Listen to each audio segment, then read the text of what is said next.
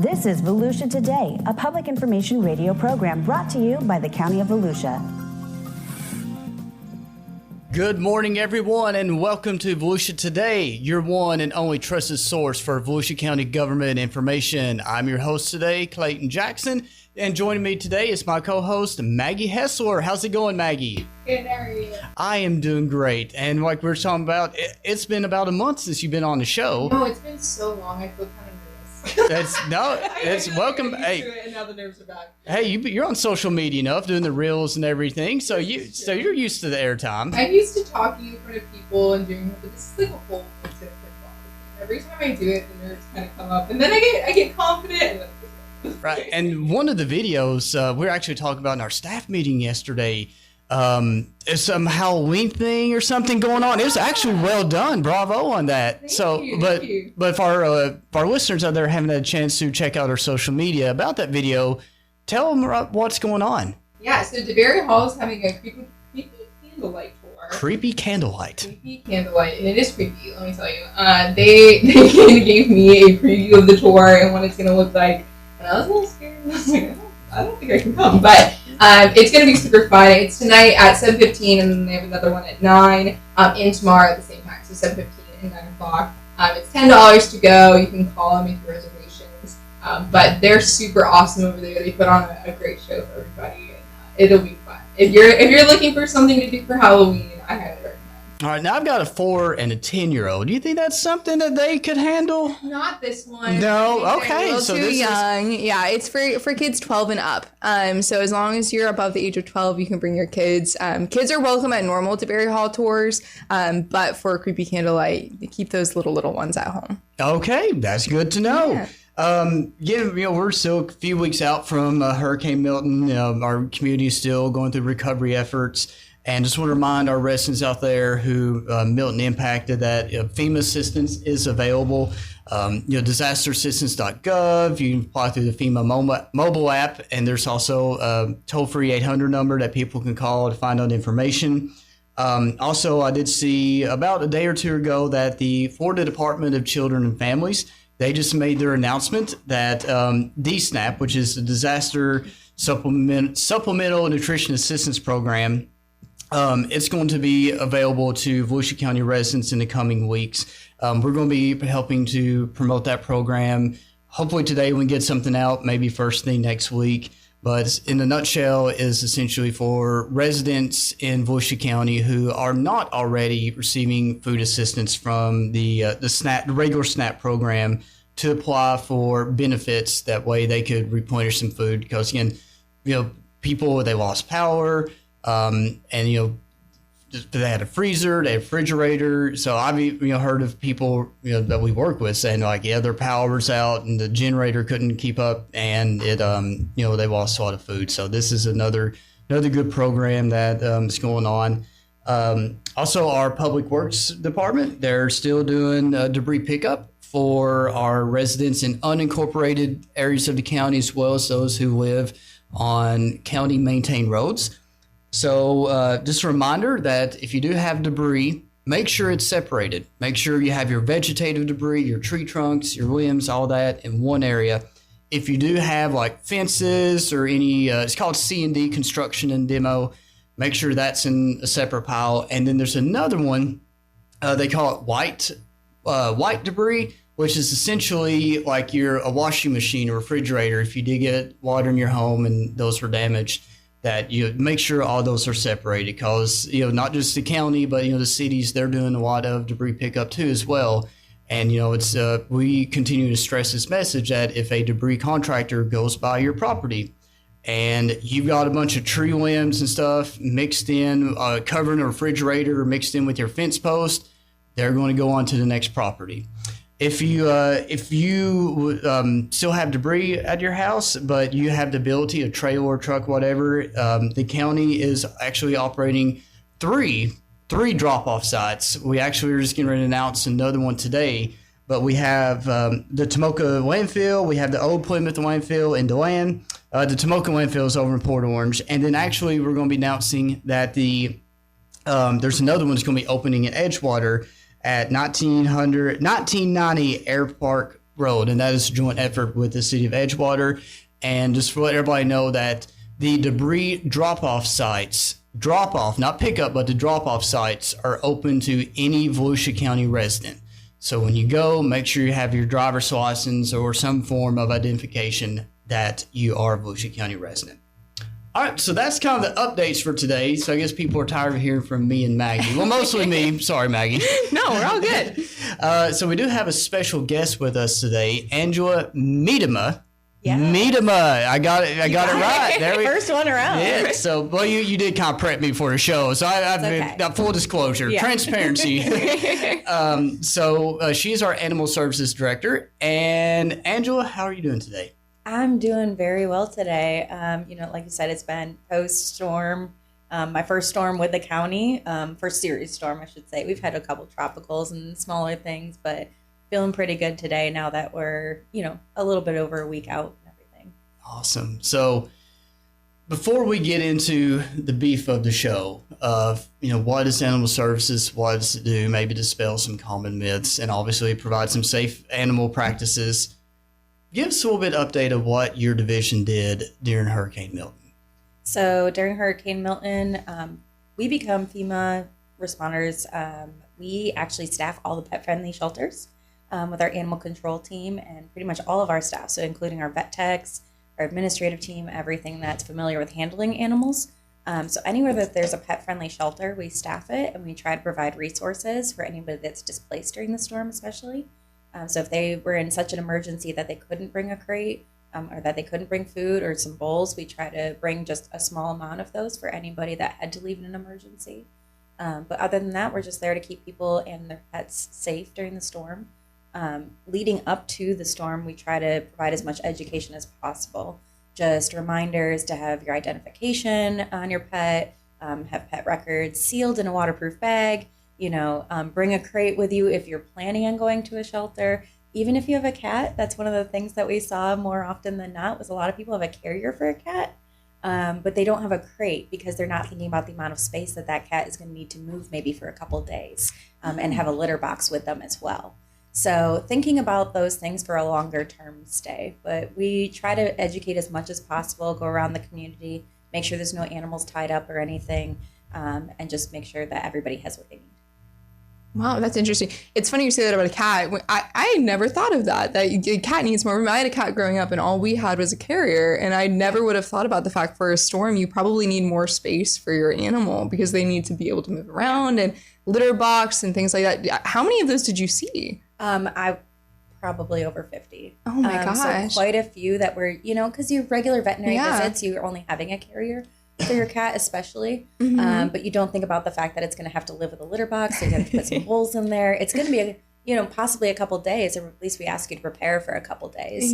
And so we usually saw bowls being brought and things like that, but we didn't see a lot of crates for cats specifically. Let me ask you this. Hopefully we don't have another storm this year or next year or the year after. But knock on wood. I guess when we're putting out news releases, everything, we're saying pet friendly. I guess in everybody's mind, we're thinking dogs and cats. Yeah. Are our pet friendly shelters limited to those? So we usually say dogs and cats, but there's some people that'll bring reptiles, and usually say, you just need to bring everything for that animal. If you're staying at the fairgrounds, you have a 10 by 10 space. If you have a couple aquariums and you want to bring your bearded dragon or something like that, then hopefully you have like a little portable electrical thing for your heat lamp. So we do allow other things. If you want to bring a bird cage and have what's needed for that. So I couldn't just walk in with my pet iguana on a leash and say, I'm no, walking around with it. Not quite. And mostly I say for the safety of that animal, because there's so many dogs and cats nearby, we have to think about how they interact with others. Especially for our birds who get very stressed very quick. Birds. I didn't even think about that. Yeah, you have your parakeets and, your lovebirds and things like that. And so I usually ask for like a cover for that cage. Just thinking about how because they're going to be exposed to a lot of other animals that are very intrigued with them as well.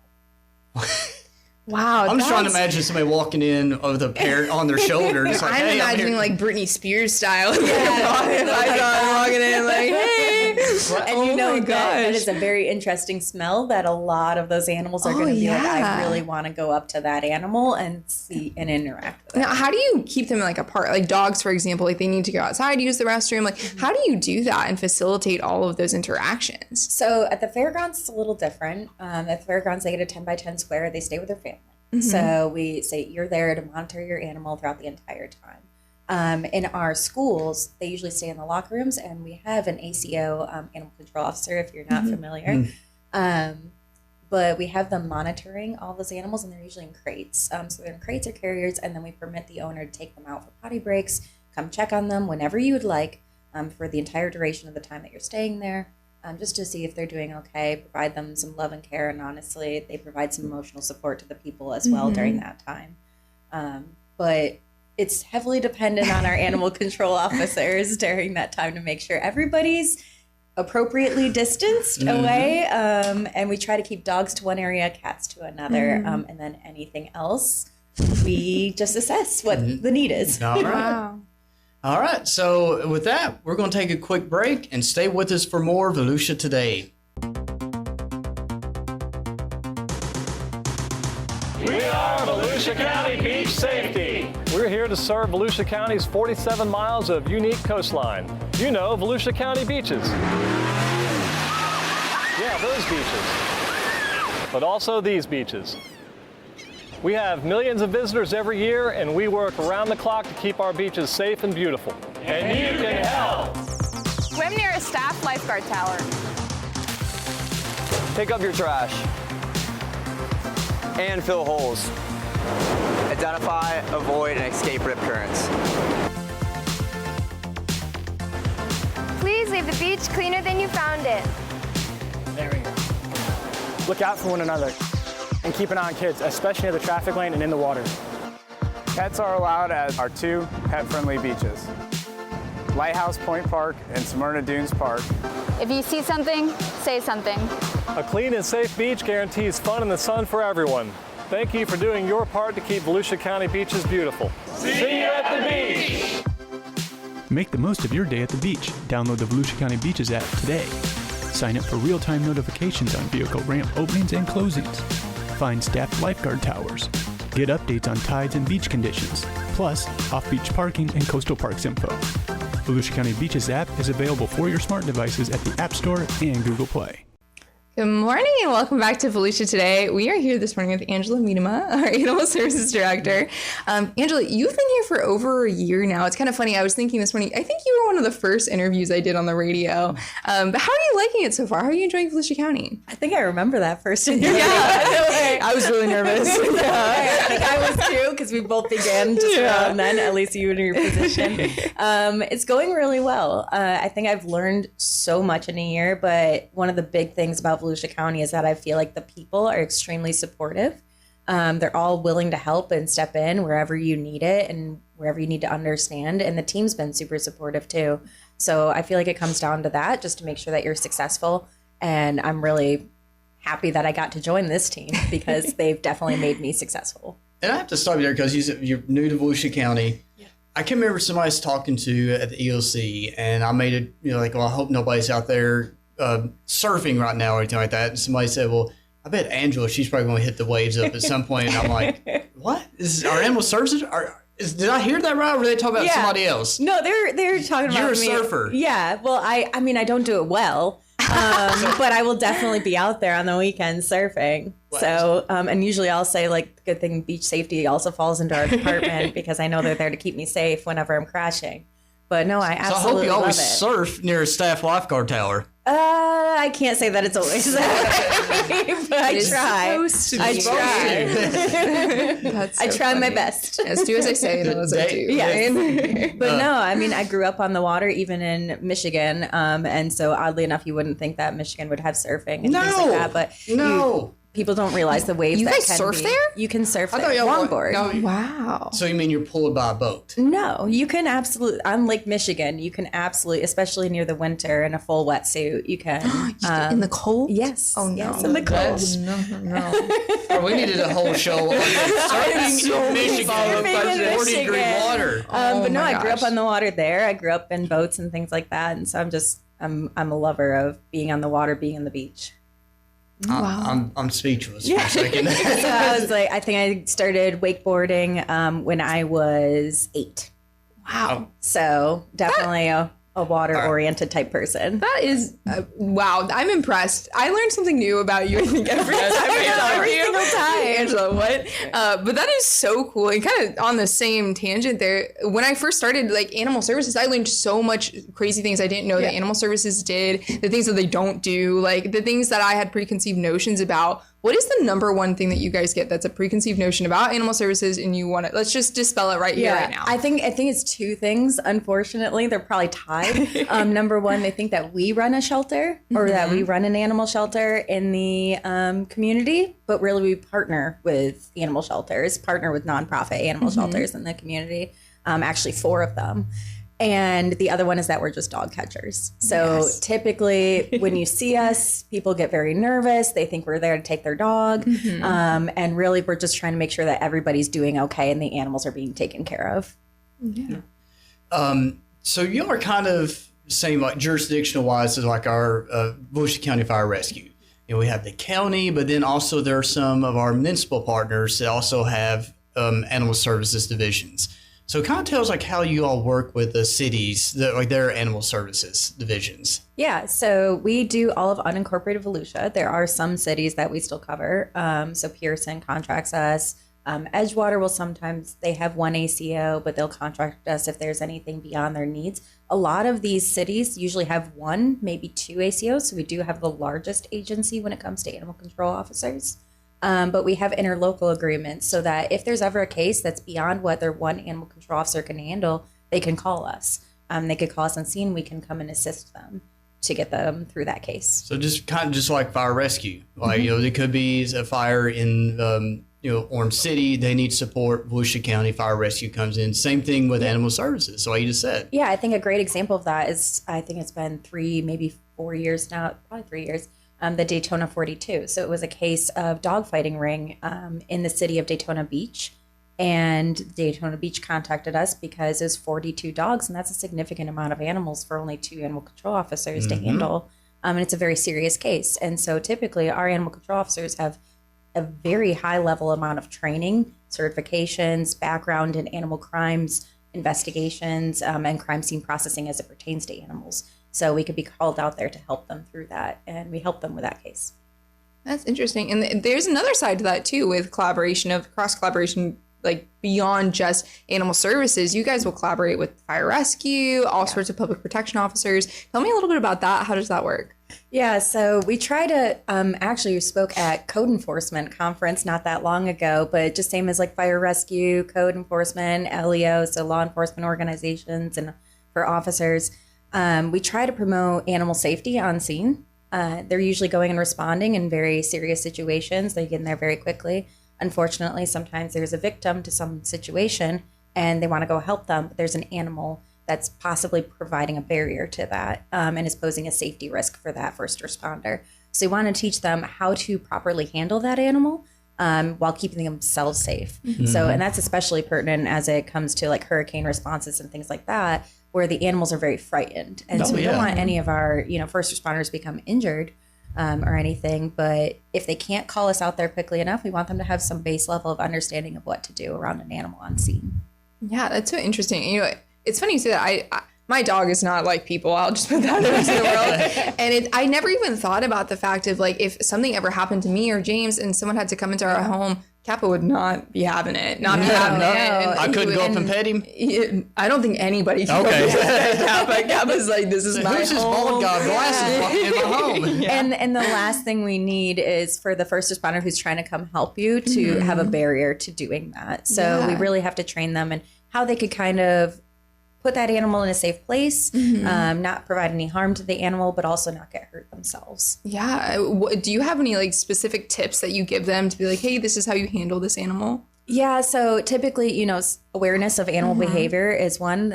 I was a behaviorist at Orange County for a couple of years, and I have my professional dog training certification. So it's a really good understanding of what are the signs of that animal escalating in aggression, and evaluating it at whole body scale, but using materials around you I've even said like using a trash can, providing some sort of in between.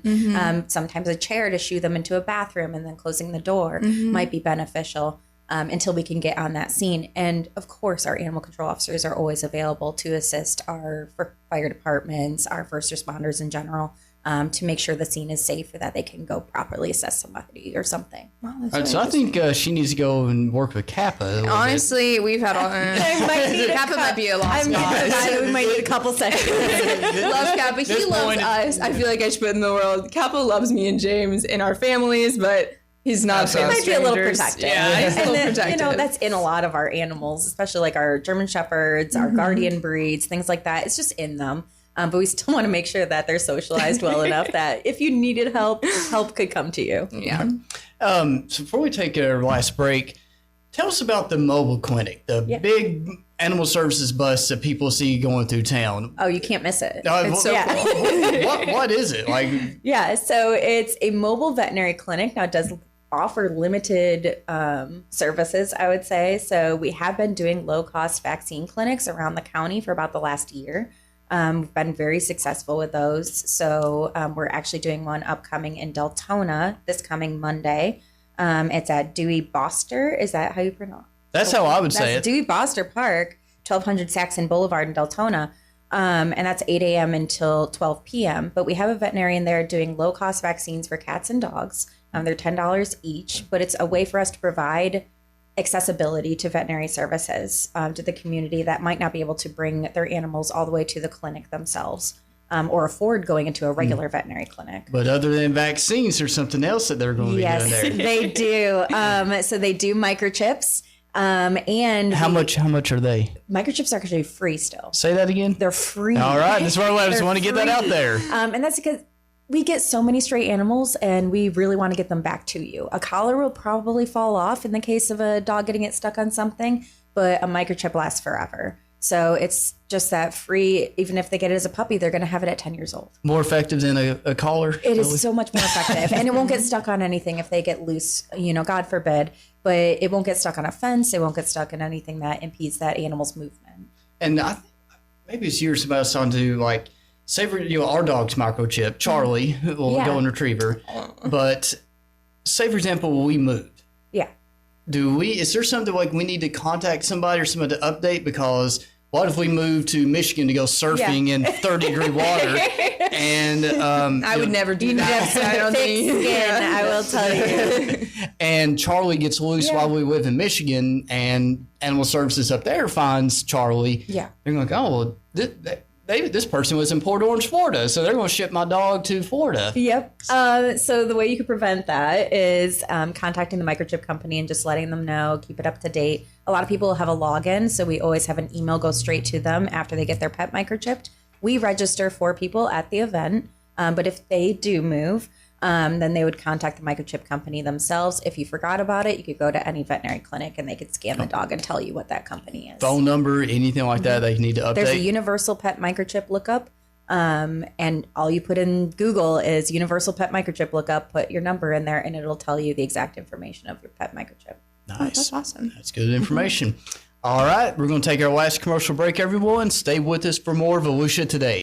Subscribe to the Volusia County YouTube channel. And hit the bell icon to know what's happening in your hometown. There are so many great places to explore. And things to learn. With over 1,000 videos available right now, the channel offers something for everyone. Let's go! Did you know we have countless features showcasing history, nature, wildlife, and recreation?